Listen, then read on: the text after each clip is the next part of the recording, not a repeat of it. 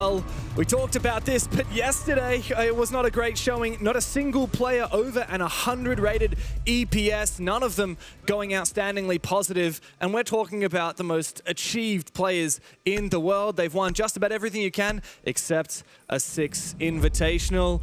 You got to start somewhere. How about picking up a few points against poor Elevate? Have they won a Pro League final?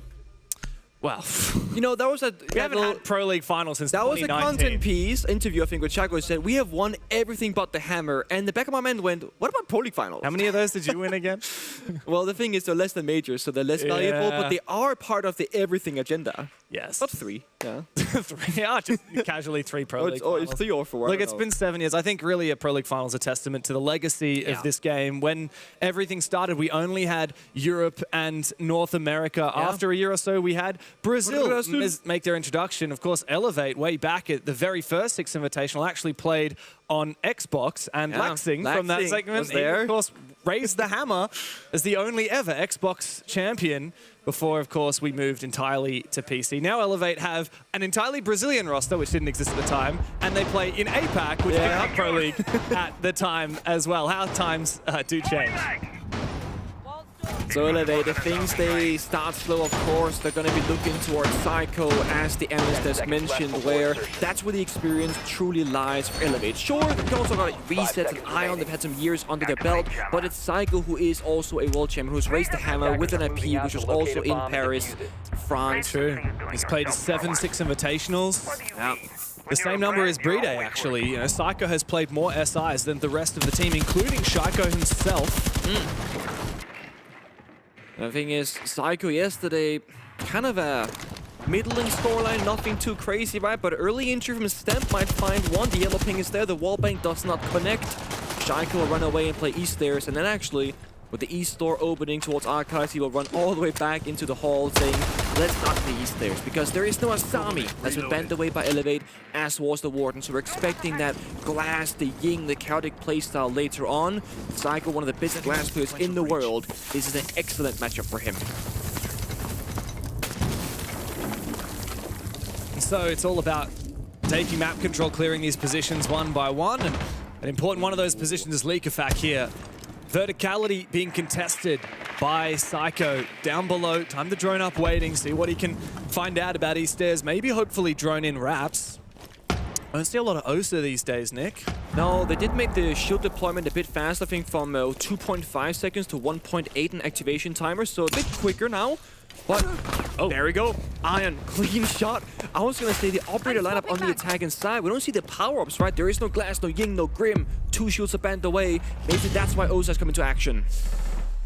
Yeah, Osa has it in his place, but at the moment it's Ion doing all the heavy lifting. 2 big kills from him outside of break, and Stemp has now taken control of East Stairs. Falcons need to lash out, and who better to call upon than Shaiko himself? He'll find Raps. Goodbye to Osa. No more shields to worry about for Falcons, but there's plenty else to worry about. Shaiko on 1 HP as Elevate begin to loom around the bomb site.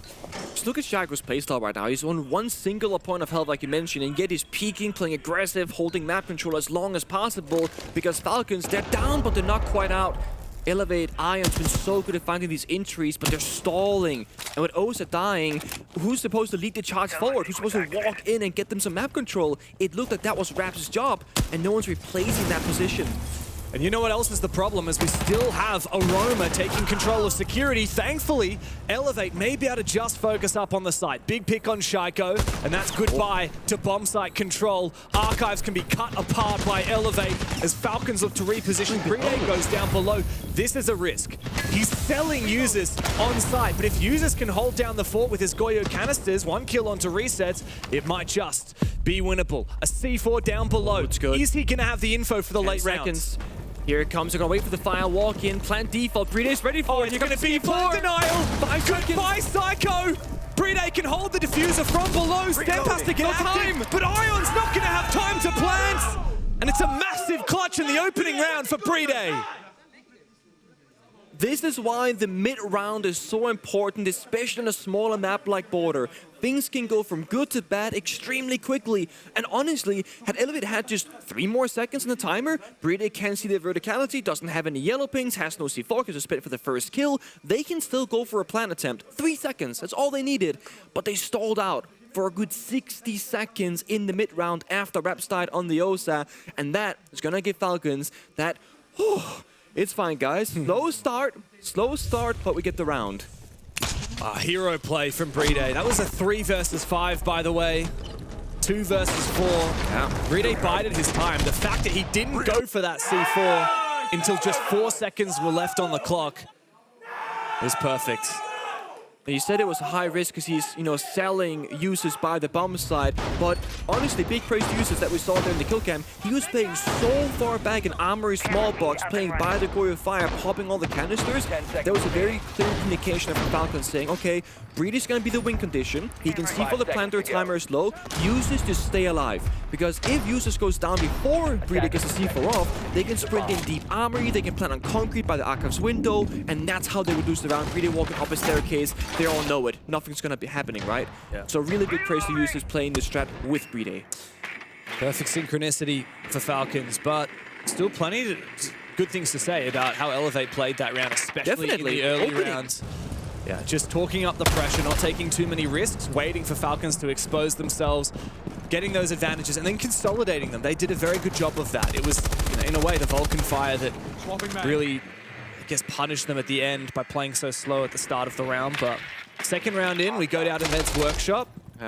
And Falcons are looking to get really active in this round, Nick. We've got the Valkyrie, Legion, and Vigil. That's a lot of roaming potential. I think it makes a lot of sense, right? You've banned double shield and multi-blitz. That's going to make the roam game a lot more freeing here on Border. And you know that there should be a Ying or a Glass most of these rounds because Ward was target banned by Elevate, and Psycho is on Glass right now, although Falcons won't know it just yet. By roaming aggressively early, you're making them fight for the roam clear when Elevate are stronger for the execute by the bomb side. So again, very smart by Falcons. Elevate, all they need really is the opening kill, because getting in the building can be the biggest difficulty. Yeah. But one thing I'm liking as an adaptation from Elevate is this Twitch pick from Stemp. Last round, a lot of the damage was dealt to them in the late rounds by good util, like the Vulcan canisters. Now it's mirror windows and bulletproof cameras that they're worrying about, but he's gone in and he's cleared out a lot of the utility on site. He's taken down that mirror in Armory. It's just going to expedite the rest of this process for Elevate. He's expedite, but I'm seeing 15 seconds left, and they're just now touching those top 4 walls. C4 gets tossed out, it clips the window frame though, so it doesn't get outside. Doesn't do any damage, and Shaku's still very much on the offense side of Office. Looking to, again, keep slowing down Elevate, play the layers, because Shaku can play for his life while his teammates fall back, and again, Falcons on the timer. That's right. Very late in the round for an opening kill to come through. Less than a minute remains. Shaiko hidden in the corner. He will protect that mirror window, but they do know his position. Ion should be in an advantage. Good flashbang from the ace. He wants to make an entry, but he's worried about getting traded from behind him on that mirror window. Goes deep, and Ion secures the kill. A big advantage for Elevate, but Likafak will fight back. Now the Valk of Brede gets targeted by Raps on the Deimos, and Elevate have to make good on the last 25 seconds. There is a C4, there are 3 toxic babes. Falcons have a ton of denial, and Elevate, they lack information, but as I said, that Likafak injured and confirmed by Ion. Brede clutch got once more, perhaps. He's gonna have to. What can the Frenchman do in another clutch scenario? Raps drops down. He's got the diffuser. He looks to try and plant. Solotov, very aware of Ion's position above, and he wins the fight, but the C4 is denied, and Resets claims them both. Elevate, they don't overcomplicate what could be a very simple situation, right? Drop down with the Deimos, going for a plant, reset, swing when you hear the C4 rip. No, let's wait and bait and tank the C4 and get a second guy planting after, because again, the timer is low and you want to utilize the man advantage. One thing is opening kill, another one is opening kill conversion. Yeah. It only really matters if you get the opening kill, if you can turn it into a round victory. And we see teams, and this is the thing. Elevate, they are an APAC team, but they're a Brazilian team in APAC. It's complicated. But APAC as a region, they struggle with opening kill conversion into round victory. And then they also struggle with throwing man advantages. And the desk also said the same thing here, where APAC when you play in there and you dominate the opposition, you can get to an ego. And you can start playing these rounds a little bit looser than you should. And against the better teams from other regions, that's the exact kind of rounds that you will now lose instead of win. I mean, it's definitely a problem that we see happen a lot with APAC teams. I mean, I've casted the region for a very long time. I've been had my, my heart in my throat, heartbroken time and time again. And yeah, it's just classic. You see teams, I mean, Enterprise yesterday, they really struggled. That was a hard game. If they play OS, they just farm everyone because OS is not very competitive at the moment. If they go and play the rest of APAC, they struggle a little bit, but it's still hard. You need competition that is really going to test you. Oh, wow. That's a hell of a lot of damage from Solotov onto Iron. No kill confirmed, but he's now very vulnerable. But yes, Elevate are much more used to playing weaker competition than Falcons. But that said, I've been impressed with the first 2 rounds we've seen from them so far. It's a damn sight better than they did yesterday against Daystar, ironically a team that they should be much more familiar playing against. You mentioned import rosters and O's looking kind of weak. There was actually a mostly European team in O's that ended up not actually doing all that good. So maybe import isn't the answer for everything. Look, Elevate, D+, and Game and Gladiators have all proven to us that just importing players from a quote-unquote better region doesn't mean you're going to win. Nice shot from Shaiko, but he will likely be finished off by this nade. Yeah, good trade. But I'd take that. If I'm Falcons, what, you lose your Valkyrie, you take out the Blackbeard, Iron is still low HP, yeah, I'd take that every day of the week. Absolutely. I mean, Shaiko has been in the front lines like significantly compared to the rest of his team, and him going 1-for-1 every single time is going to be worth it here. That's why he's playing those passive ult operators like the Legion, like the Valkyrie. Iron, though, working overtime. Bro is 5-1, finding every single opening kill or trade for his team. But when he's now put on 1 health, what can he now do? He's walking down east stairs, close by that side windows, but again, 1 stray bullet and he's going to be injured or confirmed dead. I did say this yesterday a few times, but Iron is actually 9th best player in the world in Stage 2. Pretty good. Just behind Shaiko in number 7, by the way. You know, it's hard to use the Deimos pistol for kills, but making rotates with it, that's even harder. I want all the Deagles and Revolvers to have that same level of destructibility, please. So you're not nerf Deimos, what I'm hearing. It's not a nerf Deimos, it's just... Oh, it's buffing others. Yeah. It's all relative, isn't it? Oh, bang, Solotov. Talk about MVPs. Our Munich Major MVP has now confirmed what he started against Ion with that Boss G. Very deadly weapon, that little blast cannon. 4v3 now, Falcons well in control. This is going to be Elevate's toughest challenge yet. I had to wonder a little bit what the plan was there from Elevate. You know, Iron was about to walk into bomb side, rotate, and the other guys are top 4 outside the building, just now taking office control, playing outside east stairs. But the thing is, Falcons, they're smart. They're falling back towards the bomb site in the area surrounding it because they don't need top 4 control with 30 seconds left. It's the same struggle for Elevate, a bit slow. Yeah. Here we go for Psycho, though. He's in the building. There is a C4. Is Bria going to get in position? No, he's not. He's going for the C4 on the player on the window instead. You're right, it's far too late, and it's not good enough from Falcons, but they have the numbers advantage into the post plan. Now they go fishing. They look for 1 at a time, but with users falling, they need to get more active. Bride on the bomb site nullifies the window player, but Leakafak needs to look behind him. Kastemp is watching from behind. Out comes the shotgun, and Falcons clean house. It's a big clutch up from Leakafak, and once again, the man himself, it's Bride. So good. You know, he has that 1 C4 that can shut down the plant, and it's a little bit late because he was dancing with the verticality, the hatch, the window, the grenade being tossed towards him, but then he shows up afterwards. Close by the window, shotgun in hand, takes down the first player and pushes through the bomb site, and you can see Leakafak, he made the call. He was ratting, you know, bottom east going, okay, player on my left, player on my right. Bride swing when I make contact because Bride has the power position. He has the side, he has that diffuser potential. Whereas Leakafak, stuck in open area, probably can't make it back to site most likely. But it all started here. It was Shaiko saying, good night Raps. He played the Osa, he played the Blackbeard, and both time Raps doesn't even make it in the building, Billy. Yeah, I mean, you're right on the money there. One thing that we've noticed a couple of times is Elevate, they like bringing some form of a shield, and Falcons are always able to dispatch with it early. And credit to Falcons, but also maybe something that Raps needs to have a little bit of a think about. You know, if I'm bringing the shield, I need to make sure we're actually getting value from that in the late round. And you certainly shouldn't be losing a Blackbeard at the start of the round to a long angle like that. The Blackbeard is the one that's making the choice to aim down sights. It's just unnecessary risks being taken by Elevate. And yet they still got the plant down, by the way. Like, that was surprisingly close for the 3v4 that looked pretty impossible. Yeah, planting is, it's a funny thing in Siege, because for the majority of the 10 years that we've been here for, the second the attackers start planting, you're going to throw everything at them. Sprinting, running, C4ing.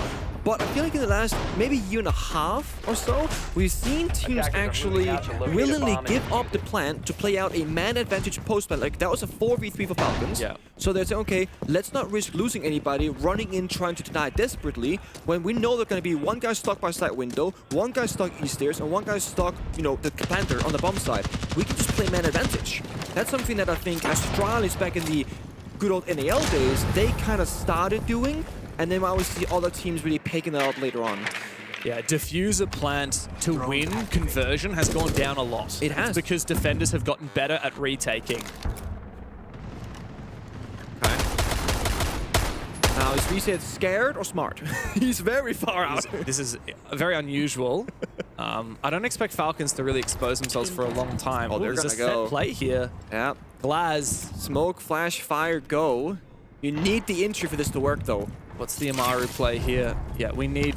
Leave. Don't have the entry. Iron has fallen elsewhere. Now, Leakafak is down below. He's suspecting an Archives plan, but it's actually not going to be Archives. In deep into the side with a shotgun. It's Stemp on the Amaru, but he will go down. Psycho able to trade one back in a second as well.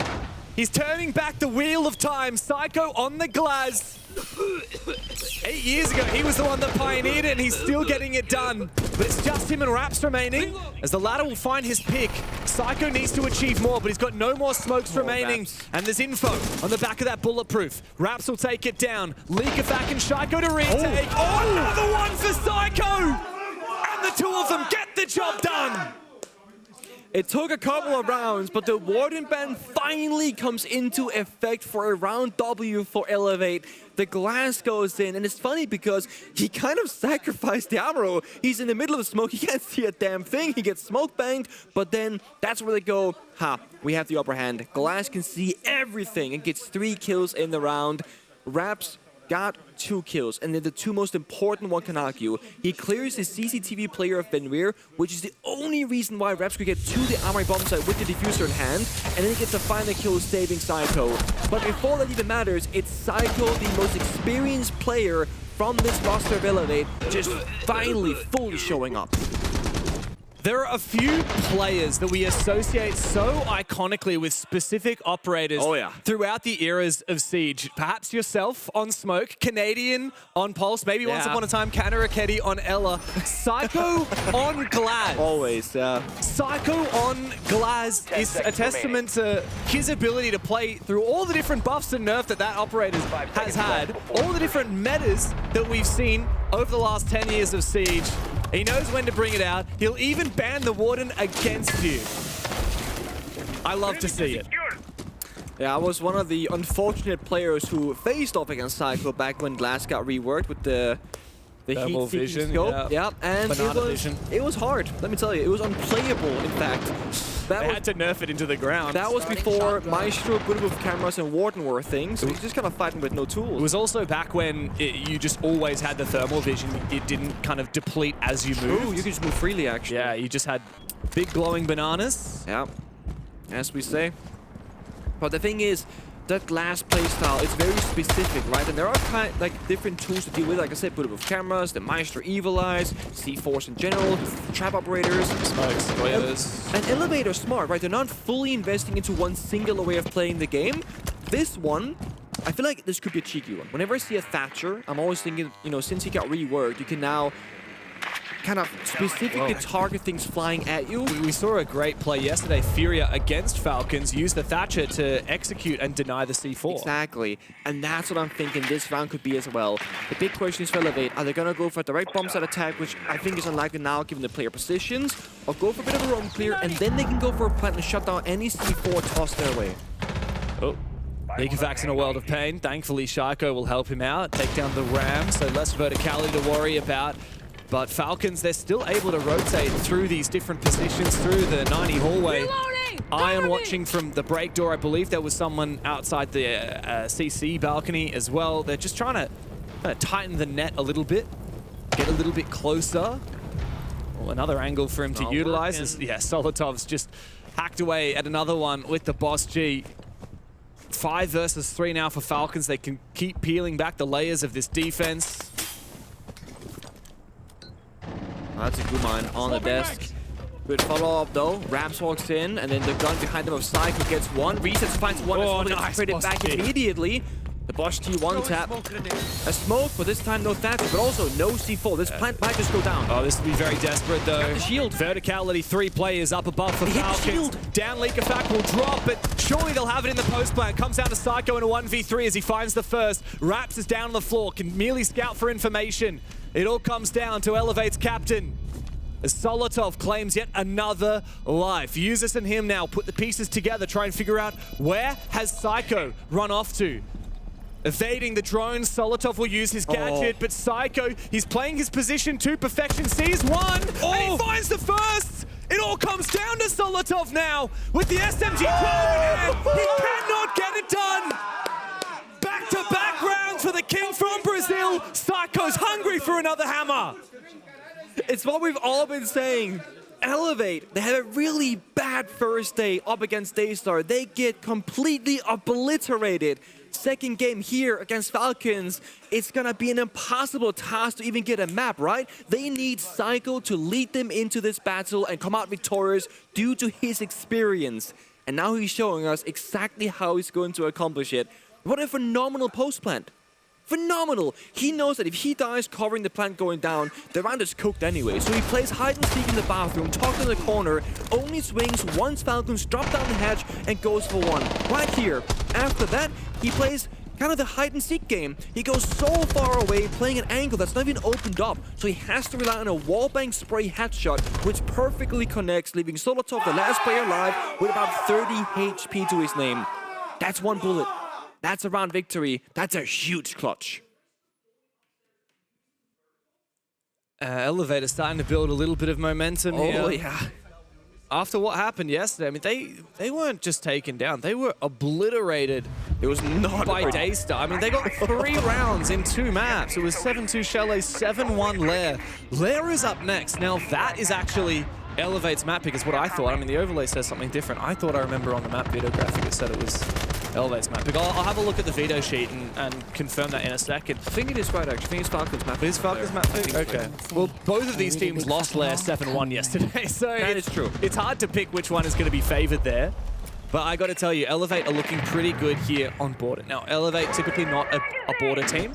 It's been at least 2 months since they played it. Last time they did, they lost it to Weibo. Falcons, on the other hand, they're on a 4-map win streak here on Border. So I would have expected that the Europeans would be favored here. So the fact that Elevate are looking so strong in the first half is very impressive. That said, keeping poking and prodding with aggression from Falcons is certainly a way to put Elevate on the back foot, especially if you're going to take out a player like Psycho. It's a very obvious role Shaiko's been playing in this match so far. It's been, I'm going to just disrupt my opponent by running at the issue and going either 1-for-1 or getting a freebie. He's running out, he's spawn peeking, he's always being a thorn in their side, and he does it again.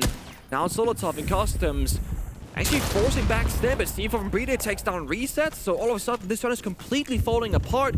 It looked like Elliot was gonna rush the bomb site, but they're lacking manpower, they're lacking bodies, although Raps is by the chassis. This is the thing, right? It might be lacking bodies, but they've got the numbers in the bomb site, and that's where it matters. There's no way he plants here. Raps is next to some soft walls, though, and there's still so much map control. Good bait, though, and a kill found for Stemp. Ion's claimed one as well, but the Blackbeard in the bomb site has been taken down. Falcons still retain the numbers advantage, but Elevate have pretty solid positions. As I say that, Stemp is still actually outside the building. Maybe he can rotate back into position. Ion needs to go fishing, though. And the other problem is that diffuser is in the bomb site. Yeah, as the Shaiko still alive, all good for a triple kill. Starting off the round, maybe finishing it as well. He's everywhere. Sorry. He hears them. He knows. 4K for Shaiko. Easy swing. Does not miss. And this again, his entire game plan is just to be annoying. He's doing all these quote-unquote rat plays with Elevate. They're not respecting it. They're thinking, we're going to execute, we need to hold these angles and go over here. They're completely oblivious to the fact that Shaiko has this playstyle of just getting in their face. Yeah, and as we close the half, it's a slew of opening kills for Falcons in a row and tying up the score 3 rounds apiece.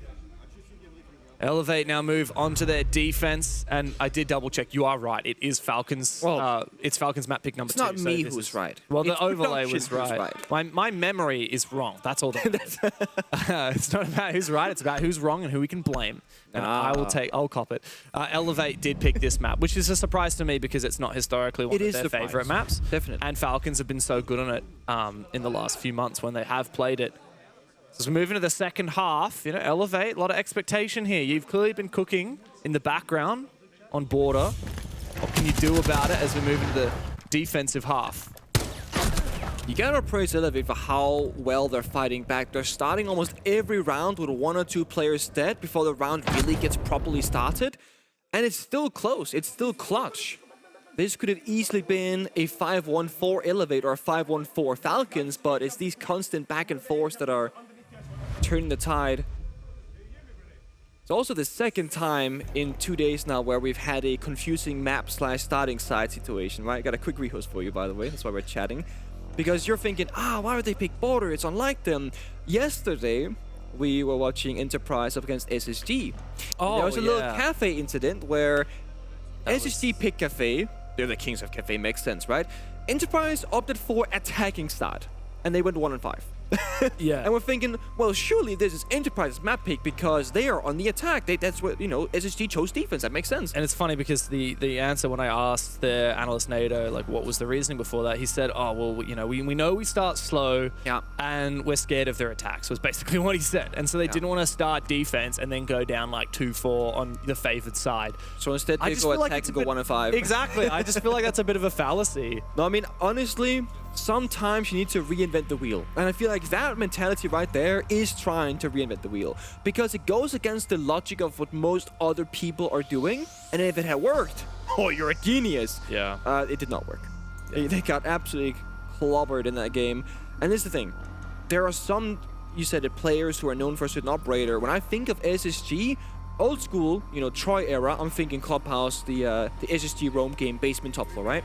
But nowadays, recently, I mean, SSG Cafe, I feel like that's super iconic. When you're Enterprise and you go there, you pay the price. So, kind of a small antidote here for why I was like, okay, Border for Elevate, does that make sense? Well, yes, what no.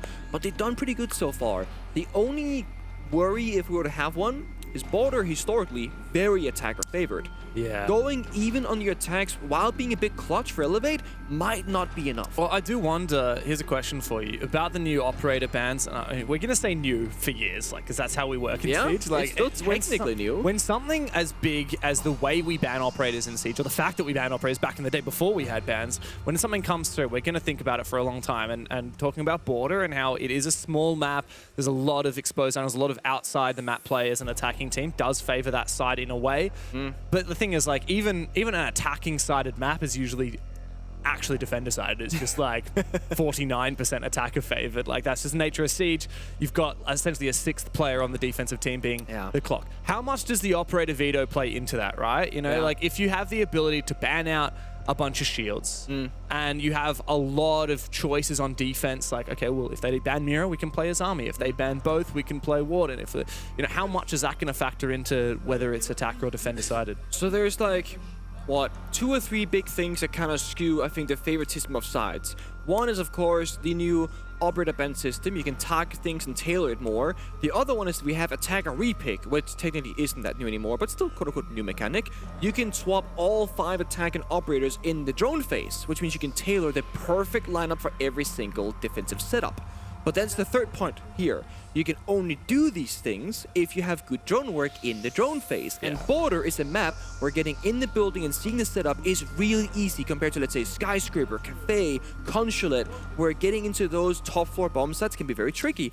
So I think for that reason, attack is favored on this map with the operator ban system, with the attacker repick, because droning the setup and seeing the operators is relatively easy. To play devil's advocate, Border is one of the smallest maps, and there's not necessarily a lot of setup to be done. You've got 5 defenders, right, in prep phase. You could have a whole defense. 6 with a timer, but fair enough. Touche. Like in this round, for example, we've got Pulse and Vigil. Neither really have any setup to do. You could just make one or both of them drone hunters the whole round. You put all of the sights it up and reinforces and making rotates and kill holes onto Stemp and Ion with their shotguns, and Psycho can help with reinforcements. And then realistically, you can actually deny a lot of the prep phase drone intel. They won't be able to scan a lot of people with the Deimos. They won't be able to figure out exactly what setup you've got. That is partially right. You won't see them and red scan them, but you just heard an FBI shotgun. That's going to be paused every single time. You've heard an Ella mine go down. That's going to be Ella. And Denari laser, that's Denari. Go your canisters. They all make unique sounds when they're being deployed. So even leaving the drone out of the east staircase or armory balcony, you can tell maybe half the operators from sound cues. But no, you are correct. There's a shield. Yeah. It's just standing there. Don't see a lot these days. Someone behind it. Protected. Yeah, well, yeah. There's nobody here. No. Users also found a pick on Stemp. I guess he was just caught off guard inside of Archives. Oh, he's by the window? What? How does he... Wait, did users sneak all the way up? He might have been putting down that last Goyo canister maybe and was caught off guard. Rough. I mean, talk about setup. Maybe Stemp was a little bit overloaded. He had reinforcements, rotate holes with the TCSG, and 4 canisters to take down. That's awkward. Yeah, I mean, well, the problem is he's got no impacts left, so it's going to be very hard to fight the Blackbeard. Ion really needs to find air jab here. Oh, all 3 people outside, by the way. Oh, let's not do that again. That's scary. You know, maybe if only Vigil and Ella wasn't chasing Johnson during reinforcement setup, he would have time. Maybe if they hadn't used their impact grenades to do setup, they would have something to take down the Blackbeard. Solotov's now just claimed another one. See you later, Ion. 3-3, but this second half has started very poorly for Elevate. They had a few moments looking good, but yeah, you're right. Falcons are just talking up the pressure piece by piece. Shaka's just gotten caught by one of those Denari lasers, and Psycho's found a first kill for Elevate. Alright, so Falcons gonna reset the round now. They still got the Blackbeard they can work off of, but no more Dokkaebi alive from Leaky Facts. So they can figure out, oh guys, do we push office or do we push armory? We can cut off the bomb set right here, 90 from the break room door, and cut off the helping hands of Elevate. Looks like it's gonna be armory takers. Brede is the Blackbeard entry and has the case. Denari lasers are catching a lot. Yes, they're rotating. Looks like they're changing their minds. They got a red ping the Archives player, so... Oh, yeah. There's a pivotal fight. Solotov beating resets. No more C4 to worry about down below. It's just up to Psycho, Raps, and their guns. No utility to speak of. Raps wins his fight. Coming up the main stairs. He has a flank opportunity now through Fountain, but Falcons have the superior numbers, and they're getting that plant down behind the Blackbeard. It's up to Psycho and Raps to make a move. Will they wait for the plant to go down? It seems they will. That means now they've got to contend with an extra gun and behind the shield no less. Another big kill for Solotov. Looks for his 4th in the round. Users will steal it, but it doesn't matter because Falcons have taken the lead. Really smart for Falcons to just reset the round and try to figure out what is the path of least resistance. And they made their call when they saw where all 3 players were playing from. Brede saw the guy in Armory breach. That's a guy stuck in Armory. And he's stuck in Armory because, remember, there was a player in break room, I think it was Solotov actually, holding that Beaver position. That means you cannot go from Armory to Archives and vice versa. Then Solotov got swung by the main stairs, but downstairs. That means that red ping on the Archives player means now they have the full picture. 1 Armory, 1 stuck main stairs, 1 Fountain / Archives. Let's just isolate the Archives guy, and then we just walk in, take it for free, with a player on Archives window, also watching that Beaver's door. They can do nothing against the BB. That was that. It was a simple yet well-rounded execute for Falcons. Like you said, Elevate didn't even have impacts to do with the Blackbeard. They did nothing for it. You remember how this game started, right? 2 very solid rounds for Elevate. They lost the first, they won the second. They got opening kills both times. The first round was actually the clutch from Brede. True. Every single round since then, Falcons have won the opening engagement. And it's been Shiko, Leakafak, and Users doing all the heavy lifting. 3 opening kills for Shiko in the last 5 rounds. That's pretty good. Yeah, I mean, pretty good. Falcons have really turned the tide here, built up that momentum a little bit. Now, this is a technical pause, not a tactical timeout, so that's why we're not seeing the players speaking with, well, in this case, Hugzord on the Elevate side, their coach. Yeah. We are chilling. Something that we have here on the A stream, at least yesterday, is actually listen-ins doing the tactical ones. On B stream, so excited for that. We were trying to be very quiet and really listen, and we heard like 4 words here. Yeah. Like, there's some kind of microphone like in the venue that we can kind of listen through, but you know, on the A stream here, we actually get the feed directly from their microphones, which is nice, but So I'm a sucker for that. Let's get all the tactical timeouts today so that we can all listen in and, really dig into it. And I was watching I think everybody was watching it, but the Shopify Rebellion G2 game last night. That was phenomenal. I gotta say, Super had some very good tactical timeouts, being very specific with the counter-stratting and what he was seeing. And I think he called it, before overtime, if my memory serves me, it's 7-7. And what he said came into play on 7-7 scoreline in the cinema. Yeah. Also, Troy Canadian playing like he was 18 years old again, top rank in Clubhouse. He was the best rated player on Clubhouse, 16 kills or something like that. He was entrying, he was clutching, he had a 1v2, like he was literally just popping off. Yeah. It was phenomenal to see. I'm trying to look back and see exactly what his rating was yesterday. The first map I don't think was not so good, but the second map was really good. Holistically, yeah, he had one good map. Holistically, his rating was only 95, which is pretty low. But to be fair, the thing is, right, we had this conversation about a couple of teams where you have Fisher Guy on a team like Enterprise where you're not supposed to statistically do very well, your value lies elsewhere. Yes. Troy has been that same character for a long time and to very great success. Yeah. Troy being one of the only people in Siege history that can go from, CTM/EG and like lift the hammer and then go to SSG and do the same thing. That's very true. And then you make Dark Zero and then all of a sudden they're making every event and making deep runs and stuff like that. And now he's here on Shopify Rebellion. Haven't found that kind of success just yet, but they're definitely aiming for it. Been a lot of conversations as we head into the 10th Six Invitational about the Mount Rushmore of Siege. Like, who are the GOATs of all time? And one thing that really sets Canadian apart is the fact that he's done it with so many different teams. Because obviously you won a lot of championships, but it was all with the team you only ever played in your entire career for one team. Yeah. And Fabian, it's similar. Like he spent, he had all of his success with Penta G2 until M80, right? And I guess technically the two different G2 technically rosters, if you want to count G2, that. but yeah, as a player, he never found success in Phoenix before Penta, Vitality after G2. True. It was all Penta G2, same with me. I mean, even like the great players from Brazil, most of them only ever had success on one team. I mean, even the Furia roster, I wouldn't necessarily say that you put them on the Mount Rushmore, but as a team, right, they did what pretty much no one else did. And they just need more time to stick around to make it, that's all. Yeah, but at Canadian, I mean, he's done it with so many different teams. Psycho is a player who's trying to kind of forge that legacy of his own now on his reprisal, but it's funny because, I was speaking to some people from the Brazilian community yesterday, and they said, oh, it's kind of funny, we forget that it's like he's died because he's moved to APAC. He doesn't play in SAL anymore, and they're just like, oh yeah, I remember that guy. It's like you forget he exists because you don't see him every day. And then you see him every 6 months when he makes an event, and you're like, oh no, I remember that guy. To be fair, he's a world champion, isn't he? When he rocked up at Reload with Elevate for the first time, I was like, am I seeing a ghost? Because he had matured might be 4 years since COVID and whatnot, right? And I was like, wait, that's looks like an older Psycho. I was like, it is Psycho. It is. Because mind you, back when I knew him, so to speak, he had no tattoos. He is decked out now. Yeah. So I was like, it's the same guy, I guess, and he's got a beard. Speaking of Psycho, he was actually the second worst rated player in the tournament yesterday, and Bride was the third. Oh. So they're both kind of popping off right now. Exactly. It's just both of them got a fire lit beneath them after their embarrassing losses yesterday, but only one can claim a win today. One of these teams will walk away at the end of day 2, still winless. If you're looking at the group, right, like the name that we have for this group B was clear cut. We're gonna expect anything but. Yeah, it really is anything but. But if Elevate go down out of map against this matchup, just like against Daystar yesterday, they're looking like they might be more or less done for. Pretty much. They need this. They need at least a map against Falcons. Yeah. Still a chance to make it out of the group. They will need to hang with the big dogs. Ooh. Shaiko tempted to make his way forward. He's got the ping on stem. He's got a little bit of protection from the light wall of Sens. Bride has deployed that. But Shaiko's worried about the crossfire, and the Sens wall is about to dissipate.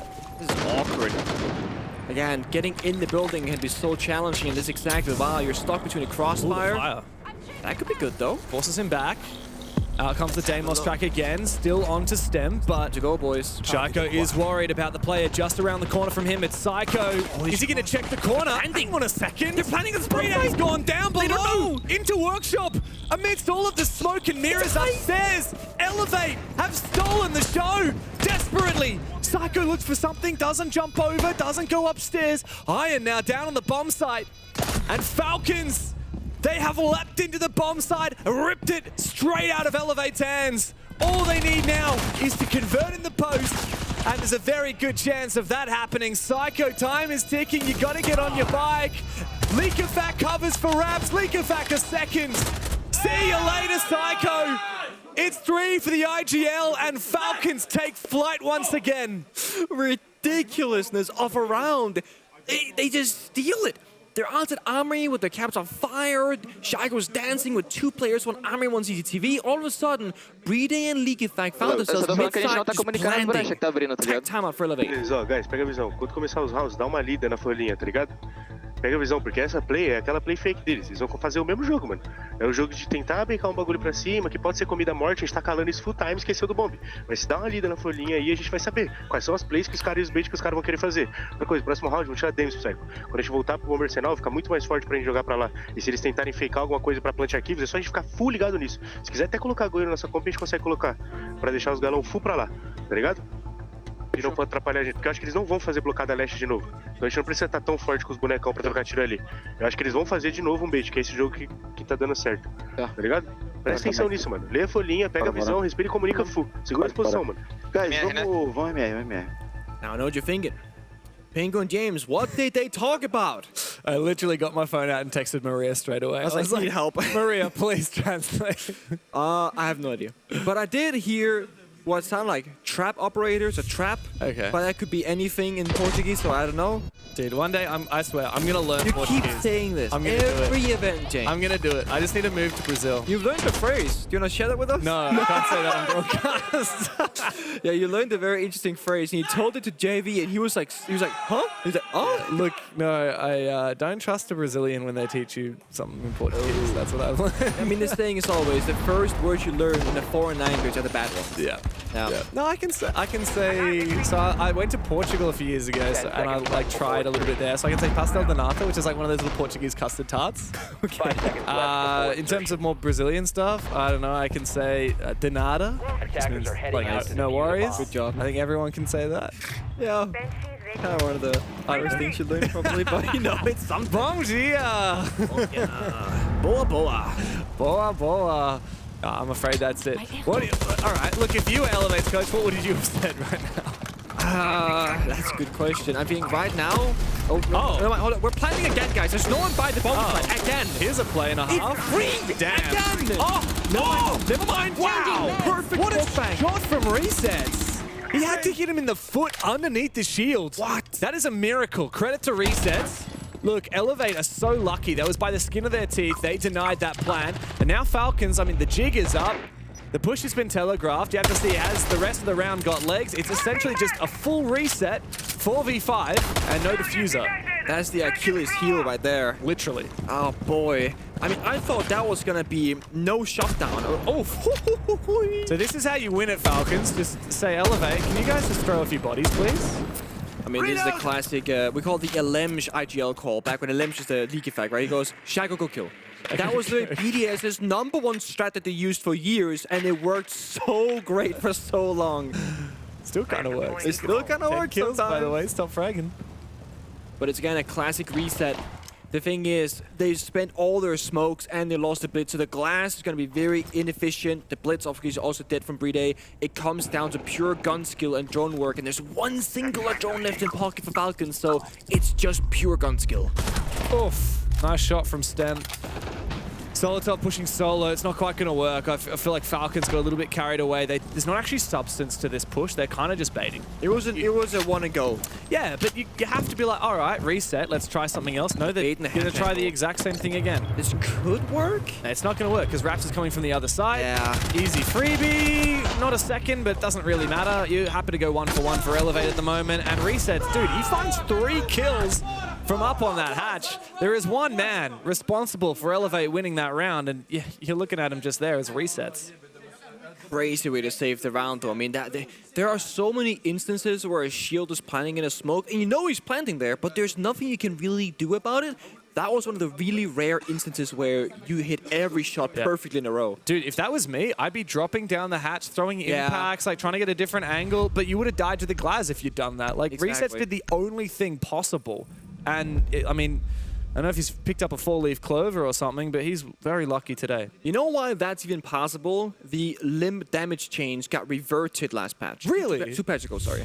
So shields now take 25% more damage in the limb, and I mean that's the only place you can hit them, unless the ADH. Shield is so well balanced right now. Can I just say, I played a shield the other day, got absolutely destroyed. I am bad at shields, so when I die, that means it's fair. Look, they're more well balanced than they used to be. The melee prio change, I think, was the biggest thing. Definitely the biggest. And then the hip fire, right? That's too cheesy. Obviously, yeah. But I mean, well, like the rework, when the shield rework happened, that was still, like, that just made them better in every way. If you want to try and see how strong shields can be, I'm happy to 1v1 you on the shield. I'm very happy to do it. And you're not going to have fun. All right. Okay, yeah. Even if I don't win, you're not going to have fun. No, you're right. Even if I played, like, Ella or Oryx, you're probably still going to beat me. Oh, yeah, okay, Oryx might be a hard one, but yeah. 10 seconds left. Gotta break those angles to make that work. Yeah. But no, it is the case of like, I do think, so I'm a big believer that any meta is a good meta. Like, think LMG meta, Shield meta, Lion Dokkaebi meta. It's all great if they don't last too long. Yeah. Because a meta will eventually become bad, annoying to deal with, and maybe boring to watch. People figure it out. Like, Exactly, everyone's doing the same thing. Yeah. But if you have just a rapid meta change, like, okay, for 3 months, shields are insane, and then we nerf them. Now it's not shields being insane. Personally, I'm a big fan of that. Yeah. Reloading. So, not sure what's going to be next meta-wise. I feel like we've gotten to a point where it's the meta of flexibility. The more you can do, the more different versions of yourself you can perform with. That seems to be the best angle. Yeah, we're really in a variety meta right now. Like, every now and then I feel like we go back to a variety meta where there's no one-trick pony. Yeah. And I think the shields kind of took away from that for a minute, and now we're back into a variety meta again. Psycho might be in a world of pain in a minute if Lukafak pulls the trigger. Just waiting for the drone info, I believe, or at least some sort of Dokkaebi call, Grimby, Lion charge, I mean, all of it, I guess. Doesn't check the first corner, not by the second, and he must be in the third by the box. Big round here. I mean, either we tie up, or Falcons find map point on Elevate's map pick, so whichever way it goes, He didn't hit be pretty a single decisive. one of those shells. Just beaming through the floor, I mean, not practically. onto him, but he opened up angles for sure. And did a little damage there with the C8 as well. Psycho, I think, is going to fall back now. Raps isn't too far behind. I mean, he could look for a flank onto Lukafak. I think he's biding his time, doesn't want to overextend. And Lukafak is Watching the suitcase. watching, yeah. Is that client side, or is he actually watching the suitcase? Maybe he's using it to just obscure his own angle for a second there. Yeah. This round has all been downstairs in Customs working the verticality, but mind you, 2 minutes have just flown past us. And Elevate, right now, they're the ones winning this one. Yeah, Elevate should be pretty happy with how this has gone. Definitely. Falcons in a little bit more. A little bit toothless this round. Second flash goes out. Lukafak is all out. He's about to meet Raps, though, at the bottom of East Stairs. Raps pops up his head, and now Lukafak knows exactly where he is. Solotov will find a big kill, though, onto the Denari, and a second one will follow. Shaiko's gone big for 2. Where has he come from? Where did he go?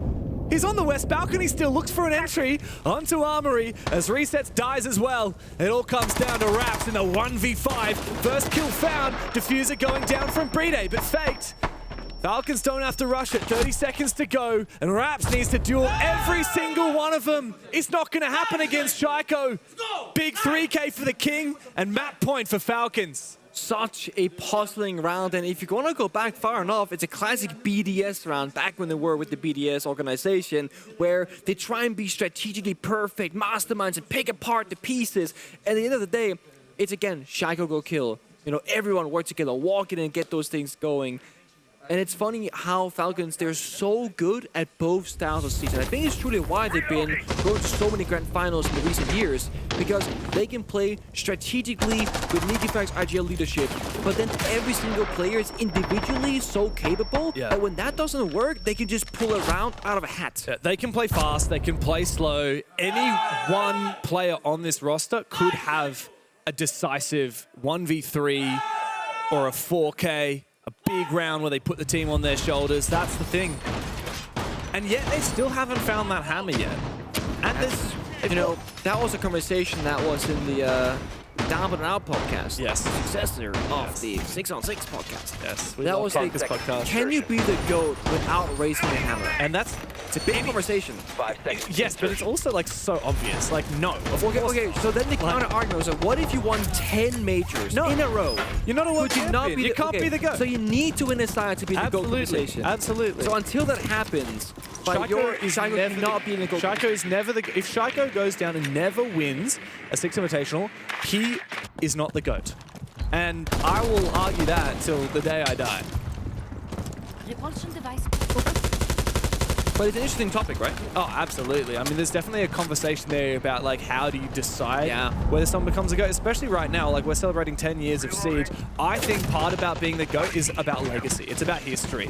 You know, and that's why we're not saying Felipox is the GOAT. He's been around for a while. He's won an SI and you know, 2 majors and all this, but, like, he hasn't been around as long as someone like, you know, Troy Canadian, for example. But I don't think we can call Troy Canadian the GOAT because he's had a lot of mediocre performances, you know, compared to how many championships he's won as well.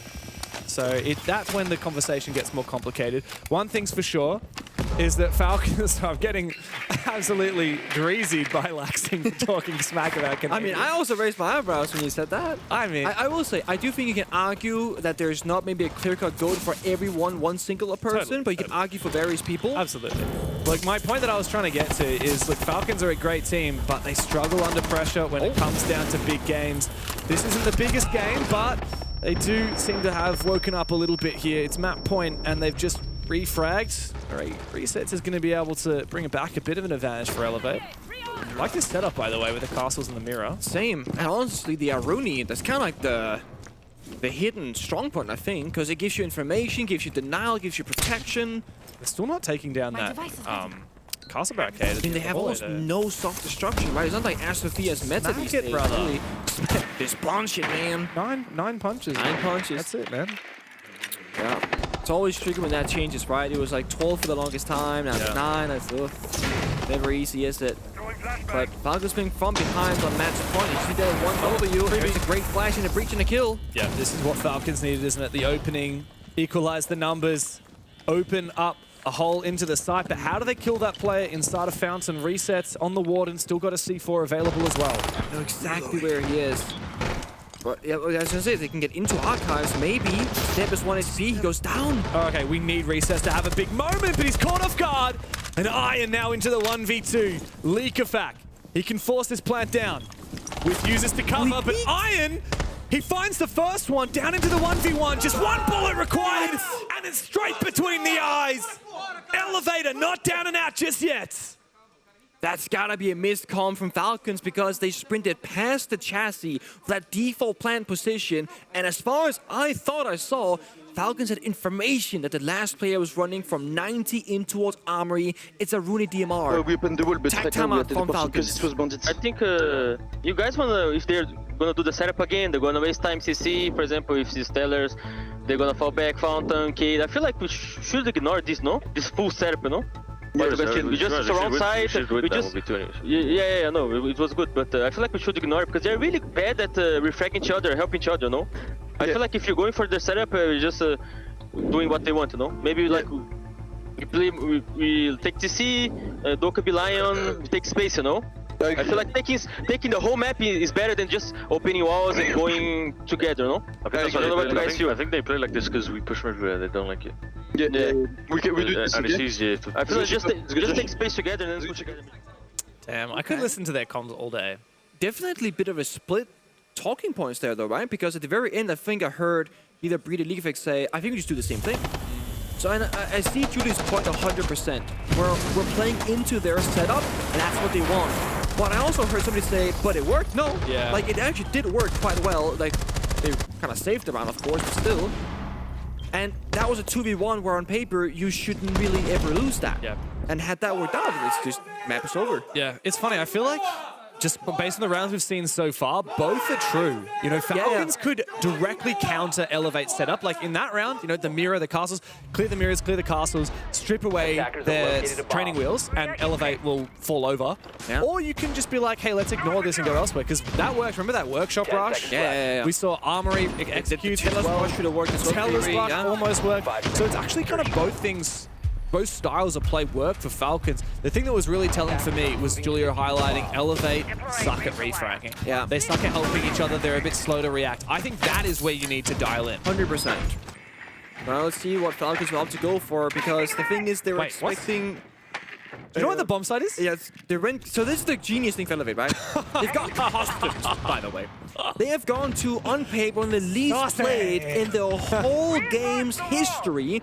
Almost never works, and only a handful of teams have played this in the last 10 years. All right, Elevate got balls. I like it. And it picks apart the entire tag timeout from Falcons. Juggle, juggle, juggle, juggle. No, he fell away. Sophia's done over to the top of the wall to deny the juggle right there. Very nice. Very beautiful. That's a classic one from Falcons, but not one you see a lot these days. And this is where we look at Falcons, we look at leak effect, right? When you have such an experienced IGL who's very good with his head, he can say, okay guys, stop playing customs, they're trolling, it's an easy bomb set to attack. Whereas if you have less experience or have less of a strong IGL leadership voice, maybe now you go, we haven't attacked this in like 4 years. What do we do? Yeah. You do not get a lot of practice attacking this bomb site. Instantly, Sophia, EMPs, breach the wall, Sophia's done above, easy doing. Yeah. Problem is what happens above here. This bomb site is very vertical oriented. You can hold Armory and CCTV and see everything downstairs, almost like ventilation. Bomb site next to you can deny every plant spot from upstairs, and now Psycho's got info with a drone as well. He can see where Falcons are scouting out on the bomb site with their own drones and try and call where this push might be coming from. The win condition tends to be for this bomb site. How do you go at clearing out this top floor? Will Falcons actually hard clear it, or they try and cheese it? Looks like they're going to do the latter. Shaiko's trying to contest the vertical, but against the Iruni, it's a challenge. Bride will help him out and take out Ion. What do Elevate do now that their pivotal vertical player has been eliminated? Still have more bodies, and often the attack is actually going to Armory, then CCTV, but this moment the limited direct attack for the side of Falcons. Psycho finds Shaiko, fighting for overtime, and Psycho's playing the most crucial spot on this side. He's playing that CCTV half wall. Wow, this is desperate from Falcons. They've gone in the building. Deep. This is an unconventional way to push the attack and stamp. He's still got the control of the main stairs, so it's good night to use this. On the verge of pushing OT, Elevate have the advantage, and Leakafax feeling desperate. He's caught in a crossfire, but it seems to have been an opening for Falcons thanks to Solotov. Look at him. He's deep on the bomb site. Brings out the pistol, needs to reload the primary, needs the rest of Falcons to come and support. And this is where we test Elevate. Can they refrag it out in the 3v3 on the bomb site? Such a hard read here for Elevate. Almost no information available. The flag is coming again and again and again. Oh no! He takes down Bride! What are you doing, Bride? You can't let it slip through your fingers in a moment like this. Solotov will fall, and Leakafax is not long for this world. Elevate, on the least played bomb site in the game, have pushed us into overtime. It's ice cold. This is like theory at the highest level. We can talk about, you call it, look at Shaiko's head. I mean, he says, what is happening? He's lost against, where's after your tactical timeout? But it's so good. You call it on match point where if you lose it, you go to overtime for Falcons. If you win it, you go into it for Elevate. This is the perfect moment to go onto the offside because it is not expected, and we saw it. We heard the tag timeout. They never even thought about this as a possibility. They never talked about. They were talking about CC, but not that kind of CC. Fall back towards Fountain, reinforce the walls. I think we can just ignore it and go Armory Workshop. Maybe we can rush Tellers. Nah, man, you have no idea what you're talking about. Elevate have just outplayed Falcons, and the frustration, the seed was planted yesterday by Furia. 7-1 on Lair to cap off what was a grueling series. Falcons, they get some points out of that game for winning a map, but it's nowhere near good enough. It's nowhere near SI Championship material. And here in Paris, France, where 3 of the players on this team call their home, what are Falcons doing? 10 seconds left before insertion. We're all thinking the same thing. I mean, this is going to be Falcons' grand final to go. You know, home turf, home crowd. They've lost so many finals to win this one. But then the other side of the coin, the pressure that comes with that, right? And Ligifax said himself in the introduction interview with Milos, you know, Falcons, we start slow, it's fine. This is day 2. Still technically early, but how slow exactly? They need this. Look, you lose to Furia in a 3-mapper, and we're like, okay. You start dropping maps to Elevate, who only won 3 rounds against the APAC LCQ team yesterday, and you start asking some very uncomfortable questions. A year ago, when Falcons lost the SI Grand Final in Boston to FaZe, we said, well, next year's their chance. We're going to Paris, we're going to France, we're going to their hometown. Surely that is their moment. If they don't get it done here, I think we're going to have some very uncomfortable conversations about this roster. It's going to be a long night, that's for sure. A swing, a white one at that, gets shot down by Shaiko. Again, he's been so formidable outside the east stairs and inside it on defense, locking down this position in particular. Now, Ian, he tries to fight back. He's 10 and 10, so he's done a pretty damn good job. Pretty even numbers from the side of Elevate. Everyone's putting in the effort. We got resets on Pulse Shotgun in overtime, and there's a lot of long angles here to fight. Look at the confidence here. Psycho takes a bit from Shaiko. This rivalry continues as Psycho falls on back into break. A flashbang might mean the end of him. He can get out with his life as Likafak makes his way into CCTV. Falcons are tightening the noose, tightening their grip, and the flank from Likafak finds the second one. The rug has been pulled out from underneath Elevate. A 2v5 for resets and wraps. Whoa, okay. Reset's got hands, takes down Ligifac, but he needs much, much more than that. They got no side control, mind you. They're playing just out of east stairs, and there's Usis finding one and a second. Falcons, yes, they go into overtime. Yes, they lost the attack on customs, but then they found their round victory right after on a more default kind of side. And now it's map point again for Falcons, but this time they move onto their defensive side, and we have to hark back to the first half. The bands get reset to our first half bands. Right. And yeah, it's been a hell of a long time since we saw Elevate attack, but they were pretty damn good. They had a variety of attacks. Their shields didn't work that well, but the glass worked like magic. And that Warden ban is certainly going to play into it as well. Yeah. And we never really addressed this, but that last ban was actually gonna be the Ying in response to the Warden ban. So Falcons very much aware that there's gonna be some trickery happening, most likely. Yeah. This is a bit more energy out of Falcons.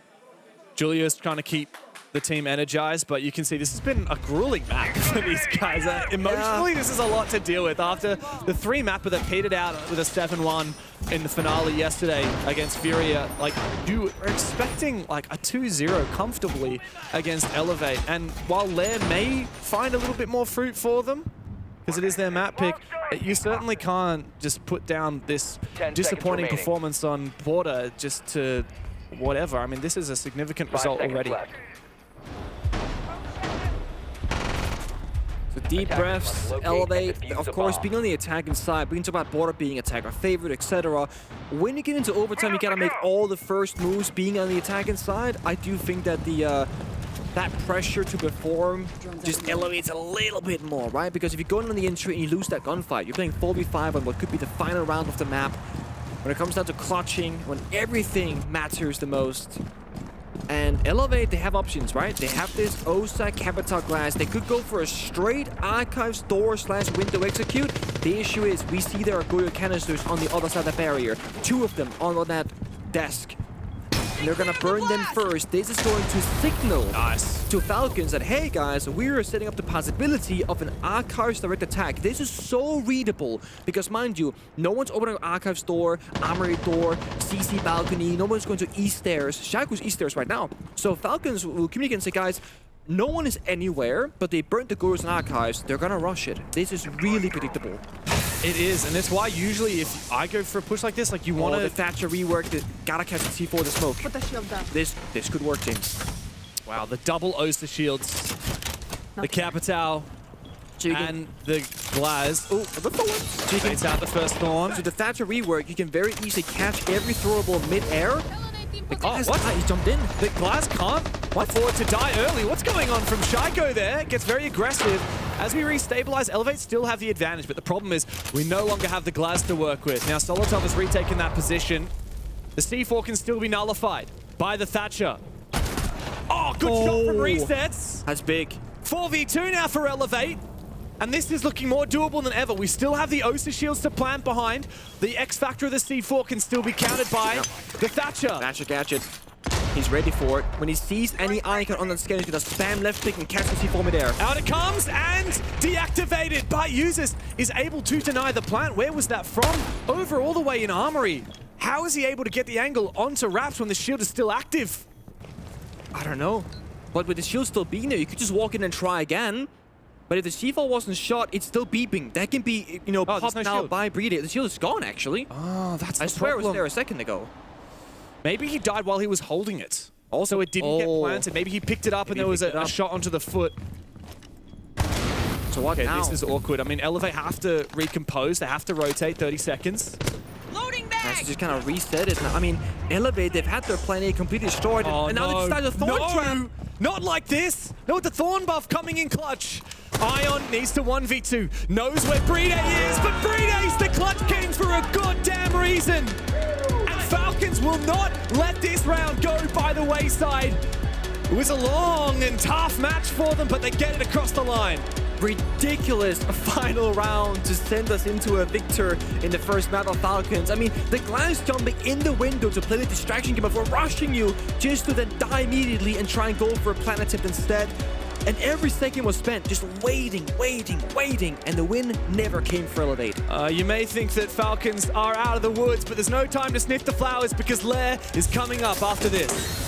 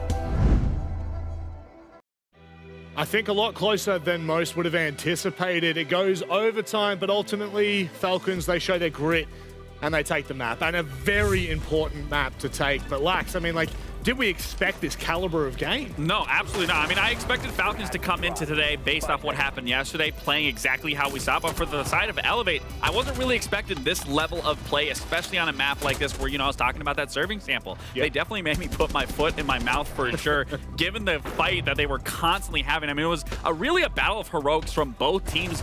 A lot of multi-frags, a lot of triple kills, quads, big moments from these players, but it really just speaks into how well Elevate came into this prepared. And honestly, I couldn't tell you who was the better team here, regardless of Falcons getting the win. It was really about the team who was making the least amount of mistakes, and in that last round in particular, you would see Elevate making those crucial mistakes that then Falcons would punish. I'm glad you mentioned that, making the decision-making mistakes, because I do agree, we do got to give flowers where flowers is due. Elevate did perform very well, but everything was in their grasp. They have a great map for themselves, and they're in a situation where they were able to get comfortable in this event.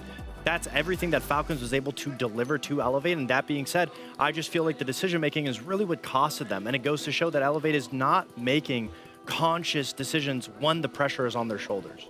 Yeah, just looking at the opening kills engaged, we talked about this going into this matchup. Both teams were in a huge discrepancy in terms of them and their opening deaths. This time around, if we can just quickly go back to that slide of seeing those opening kills, I mean, you can see from the side of Falcons, they came in here with a plan. Shaiko leading that charge 5-0. I mean, only a few of them being that opening death. It really was a big proprietor and put them in the situation in that driver's seat. But again, how close that was, regardless of the opening kills, Pengu said it best. Just because you get the opening kill doesn't mean it's opening round one based off that conversion. So some things definitely need to be tightened up on their end, but the fact of the matter is they got their opponent's map underway. I'm glad you're being so positive about it, because I'm looking at it so much more negatively. If you're Falcons, that should not be a situation where you're getting that advantage early on and losing it. I think a lot of it comes down to a map like Border, where you can just do minimal takes, and it feels a lot more comfortable for Elevate, because when it comes to the structure of how you want to approach maps, on a map like Border, you lose the opening kill, who cares? You just go to plant the diffuser, you're able to play the post plant.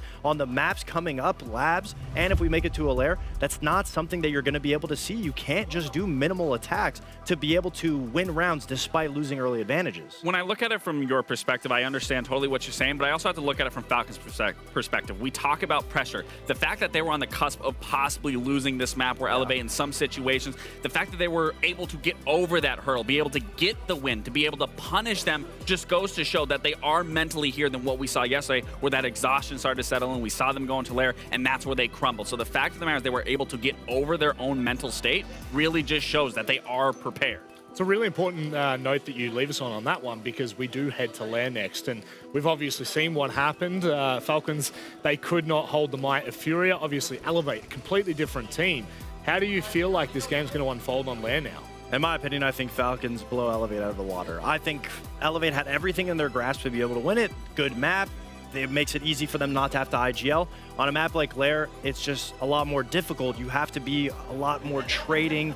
You can't just lose that opening engagement for free, and for that, I just think Falcons are going to run away with it. I mean, I completely agree with you. I think I said this in the beginning, Elevate needs to win this in a 2-0 fashion. If they were to get the win here, that then puts the pressure back again on Falcons. Their backs are against their wall. If they then are going 0-2 into their entire bracket, it's not setting them up for longevity here in their group. So the fact they're able to get ahead, get this map underway, the pressure on them, similar to what they were saying with Furia, they weren't playing with any pressure. They can do the exact same thing here. They know what the mistakes happened in their last game against Fear. They're going to correct it. They're going to feel better. So it really is all on Elevate here to come together and understand it's these little mistakes that are eating them alive. That being said, win or lose for Elevate, I think we can be happy with what we saw in map 1. It's a huge improvement for what we saw yesterday. You can get absolutely getting smoked from Daystar. The fact that they're going neck and neck with a team like Falcons means that the rest of the group still is very unpredictable for Elevate's path. That being said, I hope we can see the consistency, at least being able to keep it toe-to-toe on this next map. I hope we get to see it as well. We don't have to wait too much longer.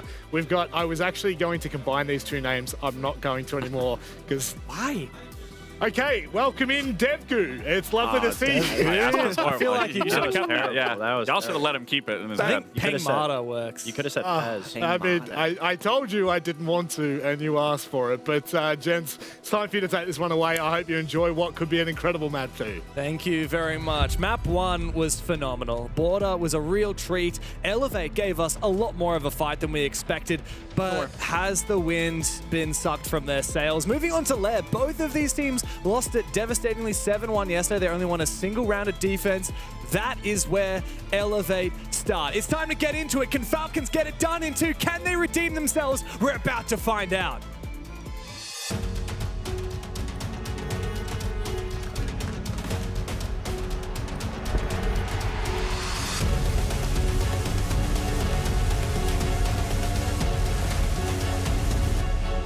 If you are a fan of Elevate, they need your power so much right now because there's another game happening later today, which is gonna be Daystar playing up against Wildcard. Oh, and yeah. If, you know, Wildcard catches the top or even a map, Elevate are in a very, very, very clear bottom. Because mind you, whatever happens here, Falcons took a map off Fury, they got a point on the board. Yeah. They lost to Daystar, they got many points on the board. If Wildcard and Daystar keep picking up more points, Elevate are gonna be dead last. Yeah, and that's why every single map matters. You need as many points as you can. A lot of people, or like we said, everyone assumed that it was going to be either Elevate or Daystar that goes home at the end of the group stage. And they played each other first. They played each other first, most important game. And not only did Daystar win, Elevate didn't get a point. They, in fact, only got 3 rounds out of it. Pressure is now on for Elevate to pick up points elsewhere in the hopes that they can jump back over Daystar or maybe jump over a team like Wildcard instead. But it's going to be a very tall order, especially after how tough that first map was. Now, credit to Elevate. They had some great moments on Border. They did. But it sounds like you and the desk are pretty cynical about whether they're going to be able to say the same on Lair. It just feels like the weaknesses that they had on Border for Elevate, you know, like Julio said, not trading each other, not playing the refrank game, not really playing close enough together.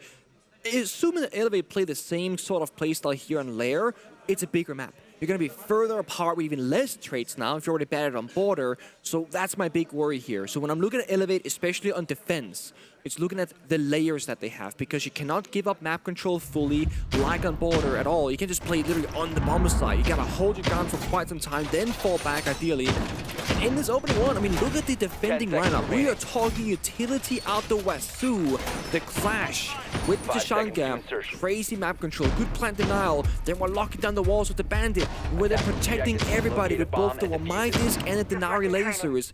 This, I think, is an excellent defending lineup. The Arbor Band, just to mention them, it's going to be Grim and Deimos from Elevate, and then the Kaid and Mira from Falcons. Yeah, like you say, Falcons have got their work cut out for them on the attack, but they'll waste no time. Liquefact sneaking in, not making much noise at all. Suppressed Pistol will take out the camera and not fully destroying the barricade, just crawling under it so it doesn't make a lot of noise. Now he's going to drone himself in, it seems. Wow, Lurky Liquefact, nothing more iconic than that. Still one of my favorite things that you've said. Lurky Leaky. I wanted to go back to cafe because one of my favorites was Bakery Takery. Okay. Did you drop that yesterday? No, I didn't. Oh, I didn't hear it yesterday. I didn't actually. Because there was a flip one time from Enterprise Attack where they flipped into a Bakery Takery. Maybe if we're lucky, we'll get that again. Missed opportunity. But very quick to the action here is Falcons because, again, Elevate not holding the extended area around the bombs that they're playing very close together. They baited with the charge, then the verticality. Breach guaranteed as well. This is Elevate already losing a lot of map control very quickly here without being able to fight back. The saving grace is mentioned. The Clash, very hard to move from action. You got the Capital and the Bug and Nomad, of course, they can try and do that. Full stamp. And there's a freebie, Lurky Leaky. I mean, they know he's down there. He just blocked the floor. Yeah. And they send one player, not 2. And I feel like if you really want to take down that bug, you gotta respect the fact that he's gonna be holding you, send 2 players, really ensure you get a 1-for-1 trade. I also just think Stem could have played that a lot more cautiously, a lot more baity, but no, he got way too egregious too quickly. Now Falcons numbers advantage, a lot of map control. They've taken the top of the mezzanine now. Once the fire subsides, Shaiko can continue marching forward. And here he is.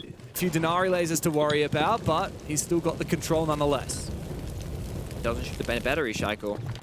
So we're trolling our teammate on the breach, huh? He's gonna get sapped when he jumps in. He's gonna be Bro doesn't want to expose his position, hoping for a free kill, but this clash is still something to worry about. 3 EMPs on the board from Shaiko and Bride might come into play if they decide to overwhelm that clash. No fire left. Ooh, well, Mind Magnet's actually going to catch the Selma. Still a bit of util to burn. And kills exchanged both directions, but Shaiko, he finds his opening. 5 opening kills on the first map, looking for a little bit more now as Psycho puts down the shield. He's got 2 to play behind, and he finds 1, looking for a little bit more, but the plan might actually be possible. Won't be necessary at all because Falcons have just stabbed him in the back, and it's a very convincing opening for the European roster. I mean, it's just a blender. Both teams is fighting 4v4 from their own respective side. You know, of course, Elevate playing from the bomb side, Falcons from the hallway, but it's not a plant attempt, it's not a plant denial attempt, it's not a flank attempt either. It's just a fighting. The funny thing is, it's another round for Falcons. They didn't deal with the deployable shield, and it didn't clear the clash either. And yet they win. Yeah. They just walk in and go broop, broop, broop. And, you know, they even hacked the bug below, who got the opening pick, by the way, Leaky Fag. And I'm thinking, okay, now go downstairs, you can bog below the shield, bog below the clash, force them further back, get the air jabs going. It wasn't necessary. You just don't need to overcomplicate it if you're Falcons right now, especially if Elevate keeps selling opening kills to Falcons at a discounted price. And that concern, it shows immediately.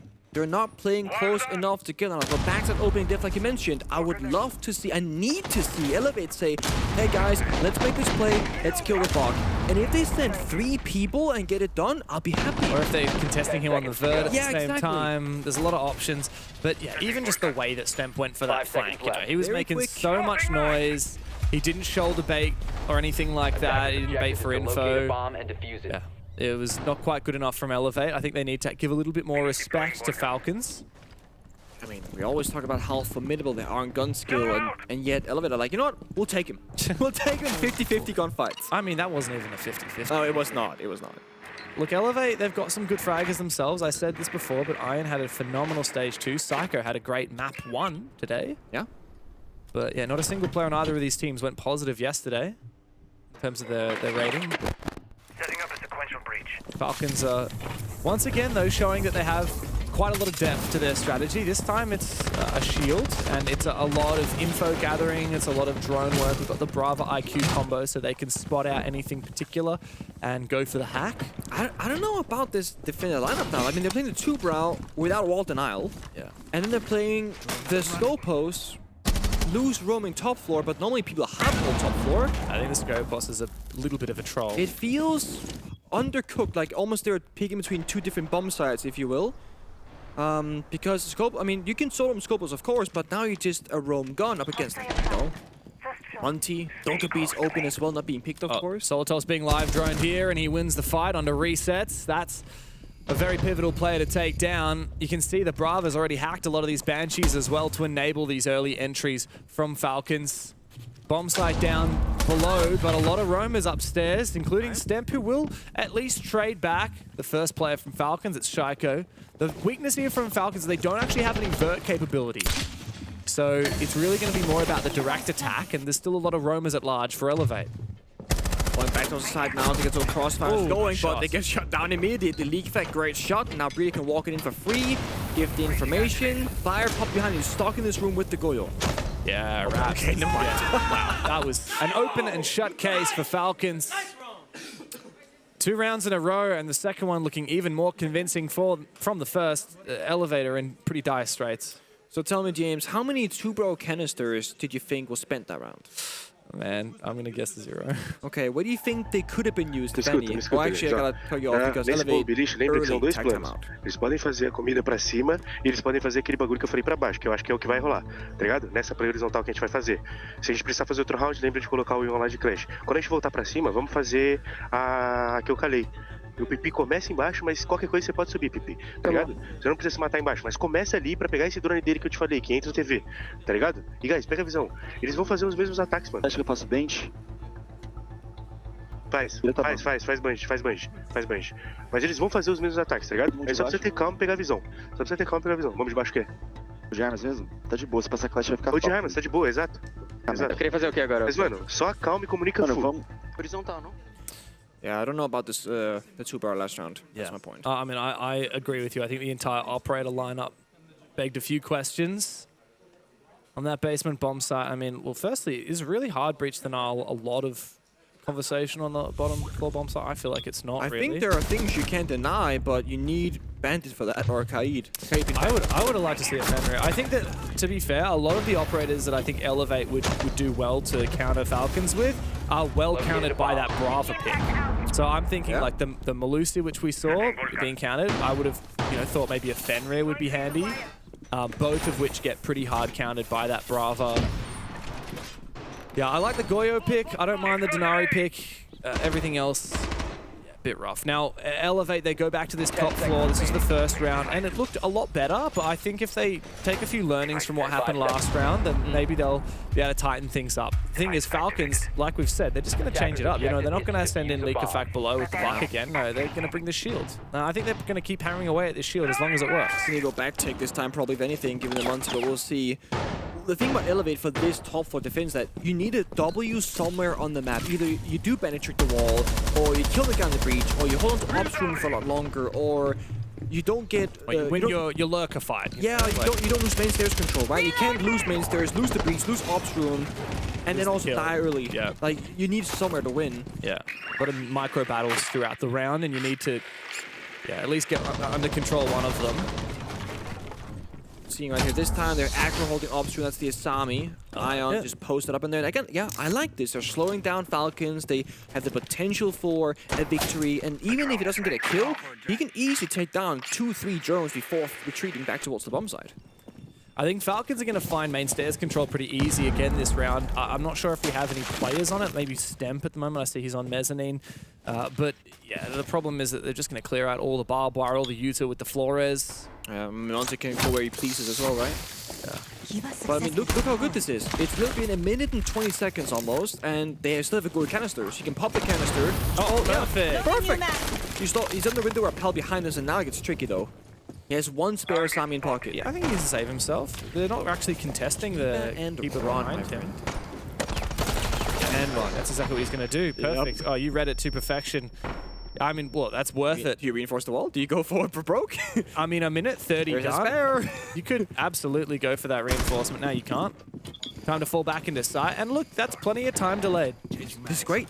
Man, if they have one canister on the bomb side, that's minus 20 seconds. I mean, just don't. Okay, don't throw your life away now. I wouldn't have minded a smoke with the Chunky here, really, just to lean into that. We've got the Goyo, thankfully, and there'll likely be a few of those on site. But here comes the breach. Where's the Bandit? Bandit is not juggling today. Bandit's back in server. It's all about the pre-plays, but the EMPs will make short work of that. Iron actually eventually wins his aggro contest. Low HP, so maybe don't keep over-peaking, but Solotov is down. At least Solotov had breached the wall beforehand. So, no, I know people are going to say it's hard to penetrate because you can get cut off, but they still have hallway control for the defender, so Bandit could definitely have tricked the wall there. Iron getting the kill makes a big difference. They're fighting on the windows. Really fighting aggressively here, Elevate. Guys, you're in the advantage. Don't give it up now. The fire comes out from Shika to try and dislodge some of these anchors. And Falcons are pushing up the pressure. You're right, though. They are worrying about if Util and Raps can peek the hallway. An EMP, or rather a Grismont mine, might keep the Monty at bay as well. He doesn't have any more left in pocket. And as Falcons try and execute onto the side one by one, they will fall down by the wayside. A flawless round from Elevate. They have conjured up a bit of strength on Lair. I mean, you can see the tech talent effect, right? I don't speak Portuguese, but I'm pretty sure you said fight them because they were fighting them everywhere on the windows, outside, inside, on the breach. And while at a certain point, it looked like Iron was just giving up a free kill, he got the kill himself instead. And they kept up that pressure. And like I said, you cannot give up ops room, main stairs, and all the breaches. They kept main stairs control the entirety of that round, where Falcons, they had a bigger pressure point on the back portion going for a backstab, which just wasn't successful. And for the most part, they were fighting them in 2v1s as well, which is something that we even heard Julio be critical of Elevate during his tactical timeout last night. He told Falcons, guys, they really suck at refragging. I like the way that wasn't just a lot of individual players ego challenging windows, because if you do that against Falcons and they know you're going to do it, you're just going to die. But a lot of 2v1s, a lot of just keeping up that pressure, it's making Falcons keep on guessing. Now, Falcons, they've thrown a little bit of a curveball in here, Nick, and they've done away with that Bandit. So with no Bandit and no Kaid, I mean, wall denial is pretty much gone. The funny thing is, if you look at the first 3 rounds, not once was the Bandit actually effective. It's true. First round, they got every wall they wanted. In the second round, well, there was no Bandit. And then the third one that we just witnessed, they had 1 EMP, and Bandit wasn't tricking. Yeah. I don't know why you get Bandit when you're running Capitao anyway. With It does remove 1 layer for Falcons, right? 10 They don't gotta worry about, seconds oh, do we go Buck below, do we go EMPs, do we go Maverick? Maybe they were fearing a Maverick third ban, and then they're gonna bunker on the bomb side with 2 Brawl Bandit. I don't know. But in response, the Munty's also removed from action. And this is gonna do one of 2 things. Either Breedy will just go to any other shield operator, or he's gonna get on a gun.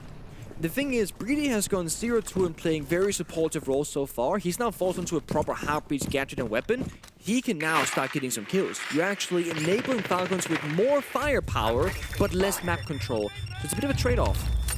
Yeah, and don't underestimate what Breedy can do. He's maybe not one of the top priorities on this team, and yesterday he was the 3rd lowest rated player in the tournament, but we saw him have a few big clutch moments on border. Oh yeah, put a gun in his hands and he'll certainly help out. Elevate go down to the basement though, and Nick, the one operator I'm really loving here, and maybe call me a bit sentimental and nostalgic and old school, but the smoke. I just want to see the smoke combo with the Goyo. I think it really is going to help. If you can slow down Falcons in the early round, you're going to have such a massive advantage in the late round.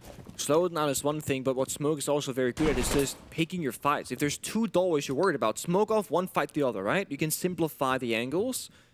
So I'm right there with you. Jackal pick. I was gonna say the same. Jackal is like one of the worst attackers in the game. Dokkaebi is up, man. Like, Dokkaebi is just like better Jackal, more or less. Unusual to see that pick. I guess the Deimos ban has kind of forced out this Jackal. They really want to hunt specific operators.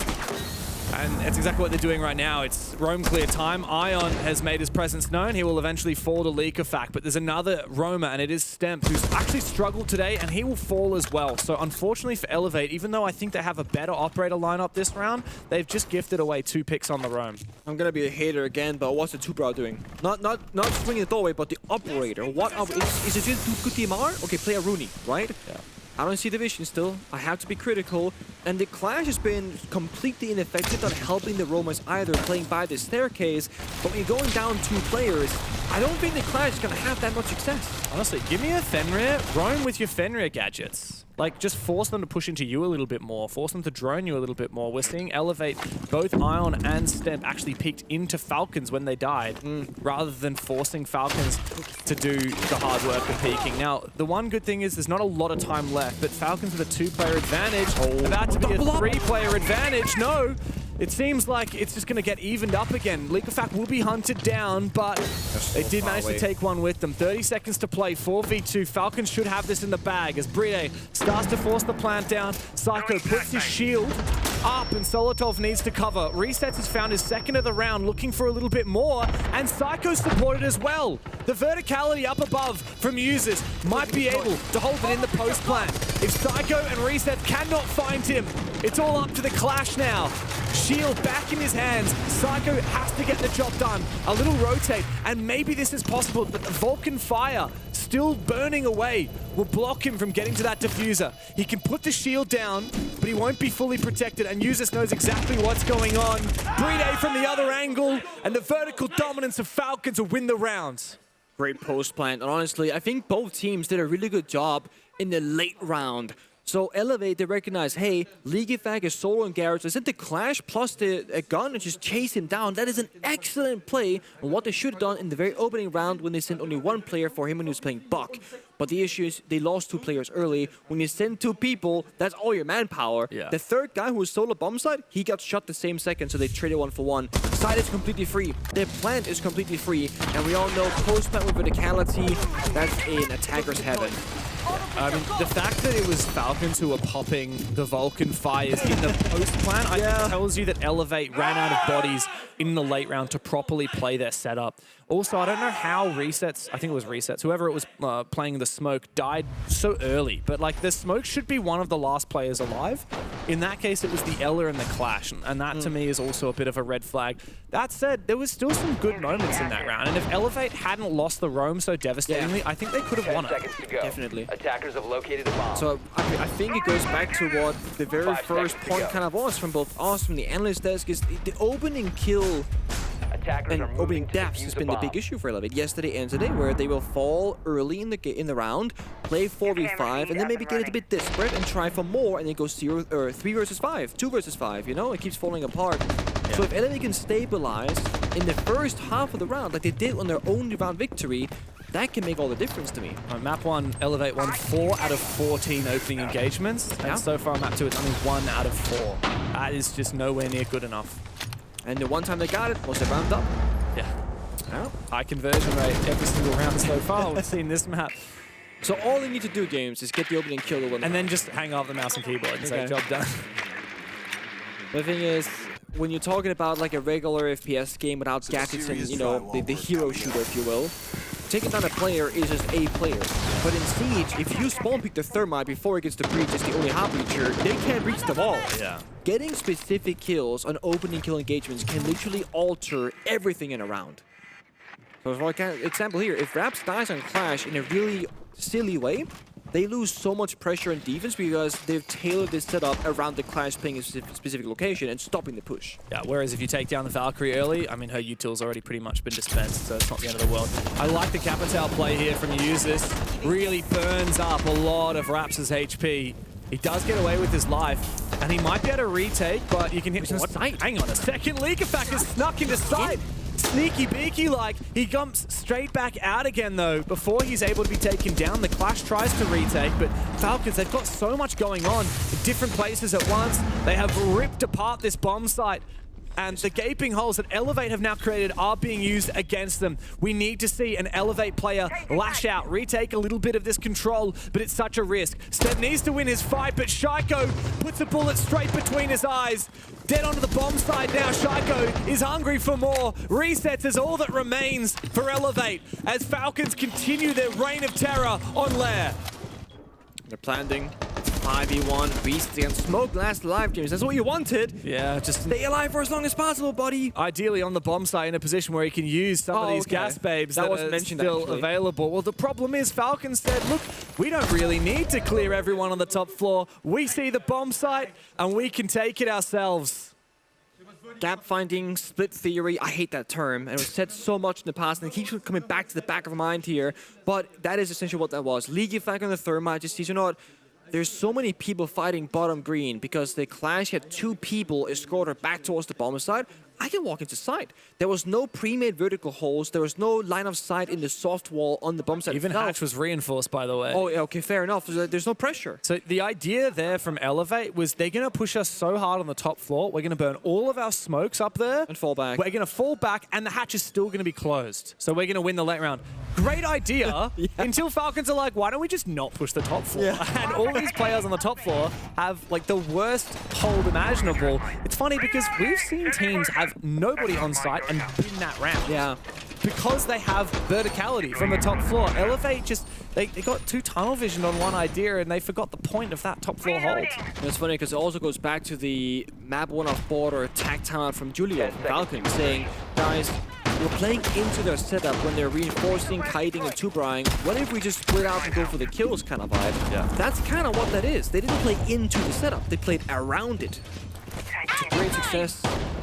And this just feels like Elevate might just not have the best grasp on layers and map, looking at yesterday's result and today's. You know, losing to Daystar versus Falcons losing to Furia, it's not quite the same story. And a round like that, getting absolutely hard countered, that is a gut-wrenching one for the mental. And Elevate are going to need all the mental they have. If they get no points out of this game, then their next big ticket is going to be wildcard. Because you're not likely to get any points against Furia, and their only 2 remaining games after this are wildcard and Furia. So they will need to ideally 2-0 wildcard, and then hope that Daystar do really badly against everyone else. And then even then, Elevate will still likely need to get a map off of Furia in order to stay alive out of groups. And that would be wildcard or Daystar going home. Yeah. So, look, it's not easy, especially with how close they got on border. You'd expect more here. Ion, this time around, he's really struggling on his operations hold as the Azami. He might just get out alive. No, he will not. Solative says, not today, son. And another opening kill for Falcons. Very small detail here. Last time he attacked this portion, it didn't have a DMR to break the Asamis. It's a Thatcher with a new DMR popping the keypad so quickly, and that's the only reason why that Asami did not live to go back towards the bomb site. Very small detail, massive in terms of impact. And finally, the Fenrir gets picked. This is something I've been wanting to see this whole time, but I just don't think it's being utilized well enough. I mean, if the Fenrir is only activated after your defender has died, then the defender isn't playing around that Fenrir correctly. A bit of panic from Ion. There was so much pressure, right? There was a boss below that could go for him again. The window, repelling for him already. Double cross, full fire. So good for Falcons here. And then that's 13 seconds now. They got buffed duration by 3 seconds. But if I'm Elevate, I'm regretting banning the Monty, wishing I'd banned that Capitao instead. It is dominating. Shaiko has been unreal with this gadget, and Falcons just continue marching forward, lapping up the map control. Next step is Breach on the side, and then poise for a plant. Yeah, I mean, they have 2 Crystal Mines that can, of course, stop the plant for a second. They got a single Toxic Babe. That's it. That's been pre-placed in the hallway. I like this, though. Elevate have realized the win condition. They need to dominate control of the mezzanine. They need to keep holding onto main stairs. So Psycho is supporting resets, enabling him to hold this position, but Stemp will fall on the bomb side. Shaiko needs to make a play. He gets aggressive. Low HP, but I'm not sure if Psycho's going to expect this position. And that's going to give Shaiko yet another kill. He's farming again. He's hungry to bounce back after yesterday. And a 5v1 sets up Falcons very nicely for a 5-1 attack half on Lair. Easy does it. Easy does it. And I feel like Falcons, very simple game plan. Guys, let's just get early advantage, get that opening pick. Okay, we can 5v1 the guy upstream and take it from there. It's very simple, it's very precise, it's very good. But they also have those mini plays. The 2 Carrots of Fires weren't spent to take main stairs control. They were spent to stop the guy on the main stairs from swinging the hallway so that they could exothermic charge the bombs at wall itself. So they're using a very high cost utility of Carrots of Fire just to get the heart breaching done. It's really well done, and it works even better when you already have an early man advantage lead, because normally you'd want to spend the fire to get that sort of lead. So I feel like they're really good at pivoting, understanding when to use their utilities and where. Elevate only won 1 defense round on Lair yesterday against Daystar. They ended up giving 7-1. Falcons only won 1 defense round against Furia, but now they start with 5 attacks already under their belts. And you know what else? Yesterday, we talked so much about opening kills today. I mean, Falcons, they've just, since the last time we talked about it, they've won every single opening engagement since. Yeah. But yesterday against Furia, Falcons only won 2 out of the 8 rounds of opening engagements against Furia. So Falcons, I mean, they've really flipped the script today. They're controlling this early game. They're knowing exactly when to rotate back and forth. And there's so much confidence oozing out of players like Solotov and Shaiko right now. And a criminal gunfight, Shaiko is in the hallway. He's 1 HP with the para in hand. Just goes, boop, easy kill. Breeday's planted the last 3 rounds in a row as well. Yep. And let's be honest, probably could have planted 1 or 2 more if the round didn't end so quickly. Yeah. Dude, I mean, just look at the scoreboard, right? Like, Breeday has only died twice. Breeday, Solotov, and Users, only 2 deaths in 6 rounds. Yep. That does tell the story. The thing is, you have all these different strong operators on top of the bomb supply. We saw it a bit. Used the Tashanka clash exactly like Falcons probably going to as well. And that's the issue with the operator bans, is that you kind of want more sometimes, because there's so many things that bothers you, that annoys you in the server. I really appreciate Falcons target banning the Glass here, paying some respect to what's happened on Border and Psycho and how capable Glass can be. And Elevate, they go for default bans, right? Kaid Mirror. But there are so many other issues now. How do you deal with the ban? What if they play Bandit 2 Brow? What if they play the Clash? Right now, all they have kill potential, right? They have Grim Beast for information and Dogebi Call for information. Then they have Heartbreach and Ying. That's all they have to work with. No verticality, no buck, for example. What are they planning with the Ying here? 2 Candelas used very early, and a 3rd smoke, and then last Candela as well. Wow, it's a set play. That's an Elevator throwing everything they've got at Falcons, and they're coming up with nothing in return.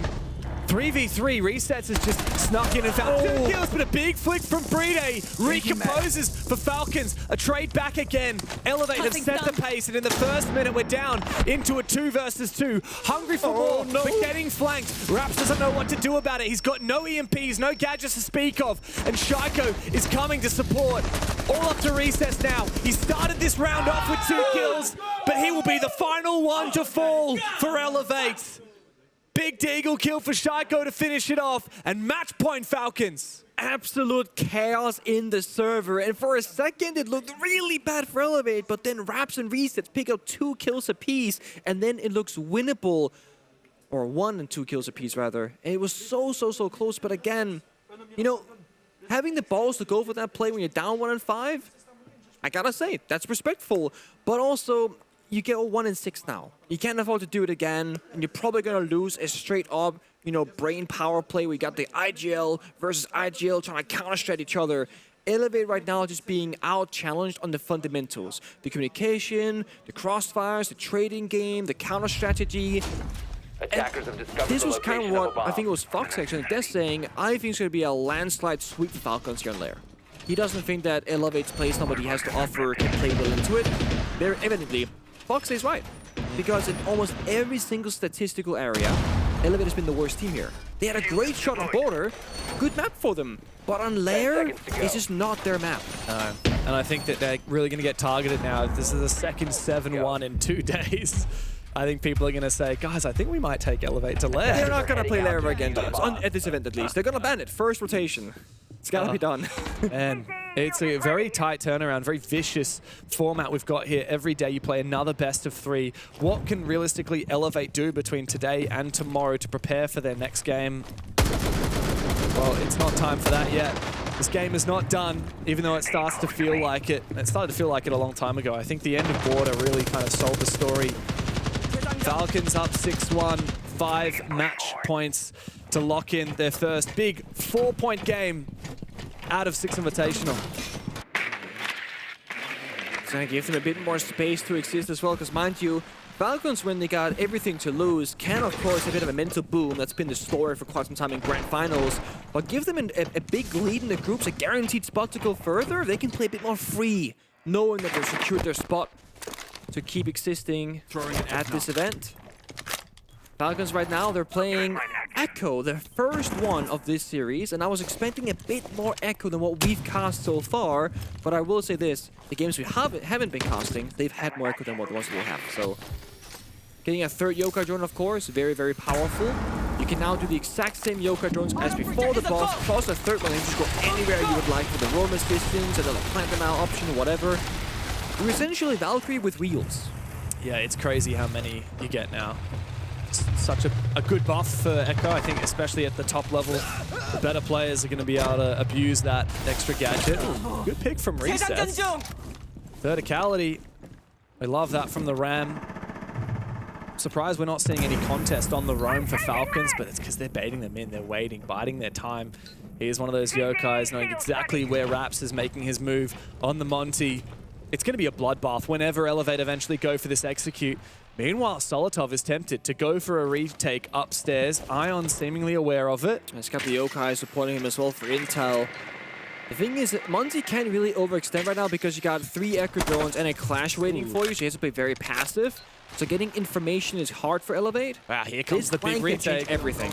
Yeah, and this is all about that Echo buff. Spots out Solotov, looks for him, and gets the kill eventually. Now can turn his attention back to side. There's no one on the flank for Falcons anymore, and they're 2 players behind. Rap's gonna get active, trying to take the fight to the Clash, but he decides maybe it's time to go for a plant instead. Brine for 2 big kills, finds a third, and out of nowhere, Falcons take flight. A bump in the road yesterday was just a blip on the radar for the hometown favorites. Oh my god, Brine. We said he had 3 Yokai drones. What about a great gun with some great skill behind it? He was literally like a turret shooting 4 players in 4 different locations. Meanwhile, the Clash was walking through the smoke trying to just survive. An absolute clutch of a round for Falcons.